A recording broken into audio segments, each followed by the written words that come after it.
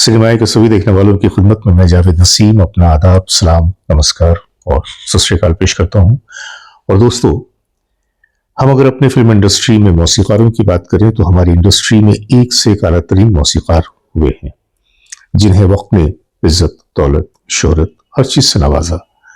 लेकिन साथ ही साथ कुछ ऐसे भी मौसीकार हैं कि जिन्होंने अपने कैरियर के दौरान काम तो बहुत ही अच्छा किया, लेकिन उसके बावजूद इंडस्ट्री में उन्हें वो मकाम हासिल नहीं हो सका जिसके वाकईतन वो हकदार थे।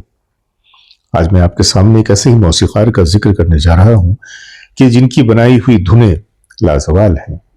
उनमें कुछ धुनें तो ऐसी हैं कि जिन्हें हम आज भी सुनते हैं तो कहीं ना कहीं एक यादों की हसीन वादी में खो जाते हैं। आप सोच रहे होंगे कि ये कौन है। आइए, मैं आपकी मुलाकात आज उसी मौसीकार की यादों से करवाता हूं।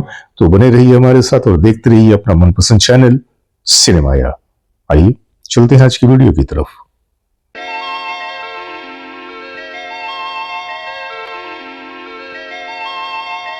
दोस्तों, आज मैं आपसे बातें करने वाला हूं जयदेव वर्मा यानी कि म्यूजिक डायरेक्टर जयदेव जी की।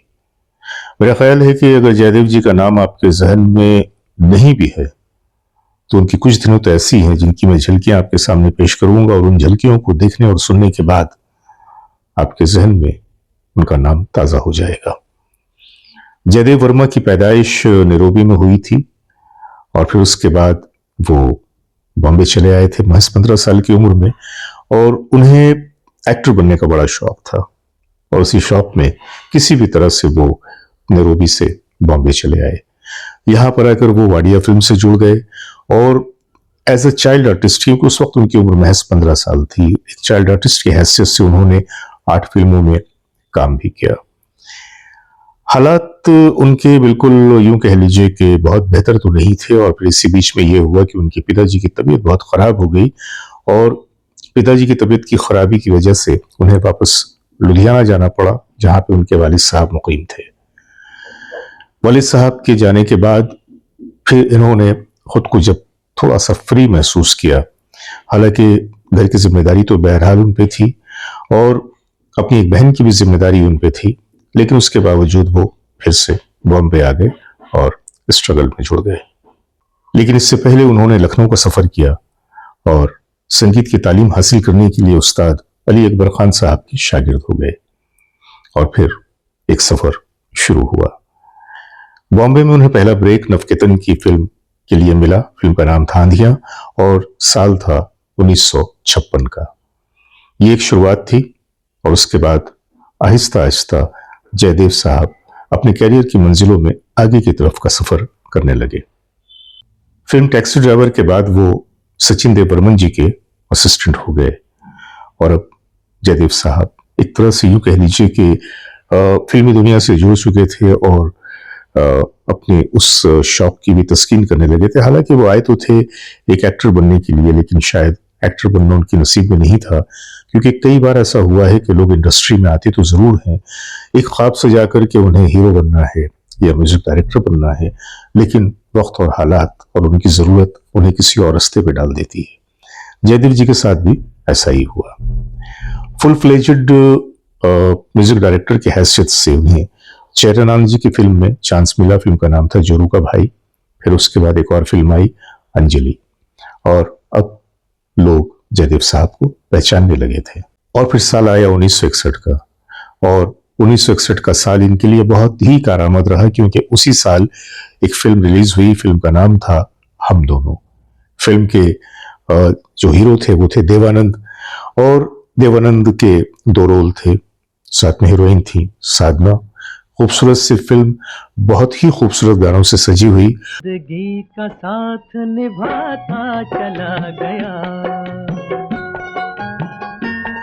मैं उड़ाता चला गया, हर फिक्र को धुएं में उड़ा। अभी न जाओ छोड़ कर, दिल अभी भरा नहीं।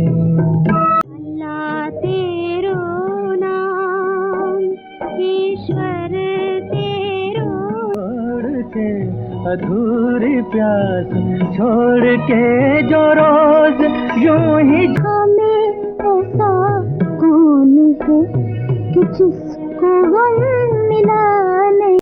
कभी खुद पे कभी हालात पे रोना। तो समझे थे कि हम भूल गए हैं उन आज ये किस बात पे रोना आया। जो जाए फल पाए सुख लाए तेरो नाम। 1961 में आने वाली यह फिल्म हम दोनों एक जबरदस्त म्यूजिकल हिट साबित हुई, जिसने जयदेव साहब को इंडस्ट्री में किसी हद तक एस्टैब्लिश कर दिया। साल था 1962 का कि जब सुनील दत्त जी की एक फिल्म आई मुझे जीने दो, और मुझे जीने दो के भी गाने पॉपुलर हुए, जिसमें एक गाना तो बड़ा ही मशहूर हुआ, अब कोई गुलशन न उजड़े अब वतन आजाद है। इस गीत को रफी साहब ने इतनी खूबसूरती से गाया था, साथ में कोरस भी थे, कि बस लुत्फ आ जाता है। ऐसा है एक जो वतन परस्ती का जज्बा है वो जैसे बेदार हो जाता है। आइए सुनते हैं उस गाने की एक झलक। गुलशन न उजड़े कोई गुलशन न उजड़े अब वतन आजाद है। जयदेव साहब की कंपोजिशन का जो एक बड़ा कमाल था कि वो ट्रेडिशनल और फोक इनको मिक्स करके वो अपने गानों के लिए वो यूज करते थे, और धुनें इतनी खास होती थी कि उनका सहर तारी हो जाता था।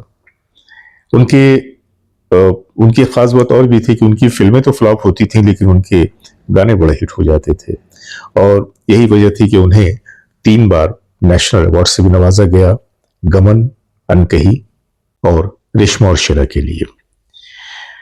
जयदेव साहब की फिल्मों में यूं तो उन्होंने अच्छी खासी फिल्में दी, लेकिन अगर हम उनके खास फिल्मों की बात करें कि जो फिल्में कामयाब भी रही और जिसके गाने भी बड़े कामयाब रहे, तो जैसा कि मैंने आपको बताया कि वो 3 फिल्में जिनमें अनकही, गमन, रेशमा और शेरा, मुझे जीने दो और ख़ास तौर से हम दोनों, अपने करियर के दौरान जयदेव जी ने तकरीबन 49 यानी कि 49 फिल्मों के लिए संगीत दिया था, और उनमें रेशमा और शेरा, मुझे जीने दो, प्रेम पर्वत, आलाप, गमन, हम दोनों, इसके अलावा अनकही, इस तरह की और भी बहुत सारी फिल्में शामिल हैं।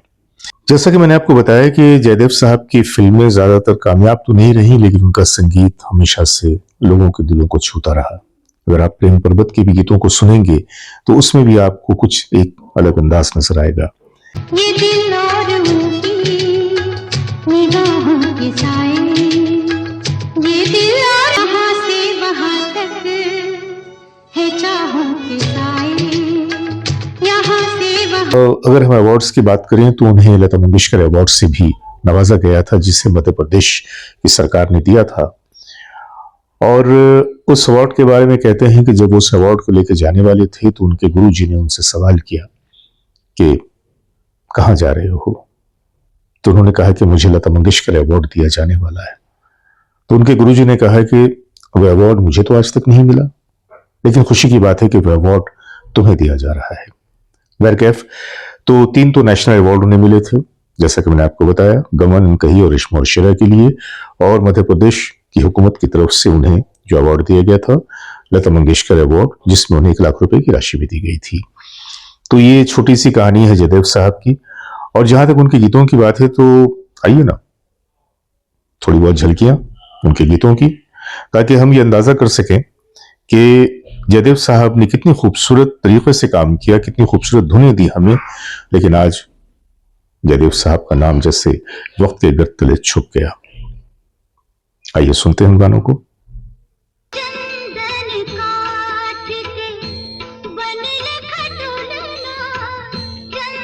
में जलन आंखों में तूफान सा क्यों है, तू चंदा मैं चांदनी, आग डालूं कि छूटे नहीं मेरा सपना सजन, हार के पिया पल पल तुझे पुकारते।